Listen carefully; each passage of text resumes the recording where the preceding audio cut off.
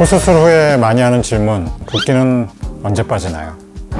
안녕하세요, 코노피 정태원 원장입니다.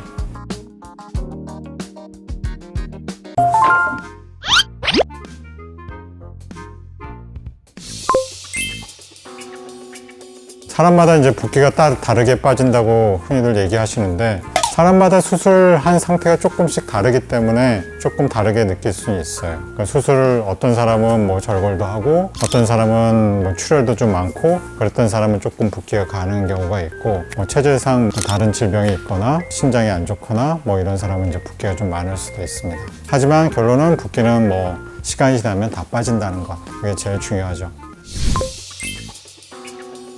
뭐 어떤 사람은 이제 붓기가 많다 이렇게 얘기하시는 분들이 종종 있는데, 뭐 라면 먹고 잤는데 붓기가 뭐 딴 사람보다 많이 부었다, 뭐 이런 사람은 조금 수술 후에도 좀 붓기가 좀 많을 수 있는 그런 게 있을 수는 있습니다. 팔의 피부가 조금 이렇게 딱 달라붙는 피부가 아니라 이렇게 약간 붕 떠 있는 피부, 이런 피부들이 이제 붓기가 많은 듯 보이기는 할 수 있어요. 코 수술 후 붓기가 빠지는 과정은 수술 후 48시간이 붓기가 제일 피크를 이루어요. 그 다음부터 이제 서서히 이제 줄게 돼 있죠. 그래서 첫날은 오히려 괜찮아요. 다음날 이제 몸이 욱신욱신 거리면서 붓기가 이제 이렇게 오르고 멍도 같이 오르게 되죠. 그리고 48시간이 지나면서 서서히 이제 붓기는 점점 빠지게 됩니다.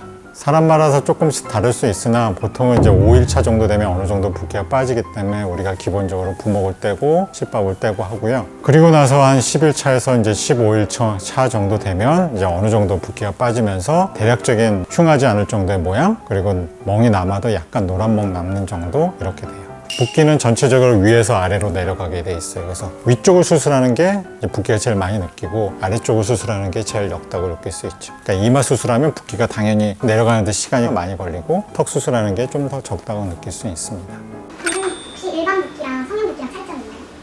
성형 붓기라고 뭐 특별히 다른 것 같지는 않아요. 일반 붓기가 조금 다를 수 있는데, 그래도 성형 붓기는 이제 손상을 받고 한 붓기니까 그냥 다치지 않는 붓기보다는 좀 많을 수 있죠. 외상의 붓기도 마찬가지 성형 붓기가 다르다고 생각하진 않아요. 몸에는 이제 스트레스나 외상이 일어나면 이제 상처를 치료하는 과정에서 붓기가 되어 있으니까 붓기는 마찬가지입니다.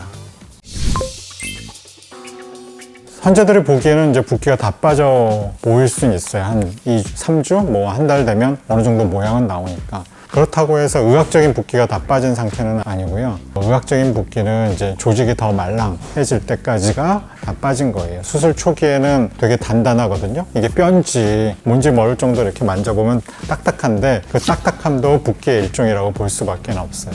6개월 정도 붓기가 다 빠져야 모양도 나오고 조직도 조금 부드러워져야 재수술을 하기에도 용이하게 됩니다.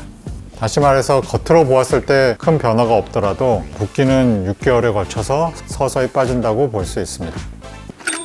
수술 후에 집에서 쉬는 기간 동안 빨리 붓기를 뺄 수 있는 방법이나 팁 같은 게 있을까요?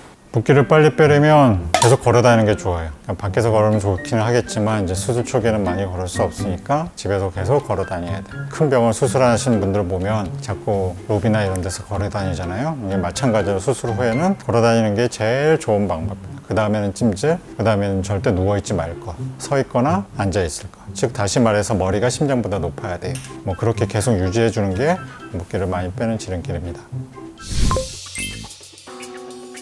한 3, 4주가 되면 이제 큰 붓기가 빠지고 이제 남은 이제 잔붓기가 남게 되는데, 그런 잔붓기는 뭐 짧게는 6개월, 길게는 1년에 걸쳐서 이제 서서히 빠지게 됩니다. 피부가 야들야들하고 그냥 일반적인 낮은 코는 사실 붓기 뭐 시간이 가면 해결해 주는 거니까 큰 관리는 필요 없어요.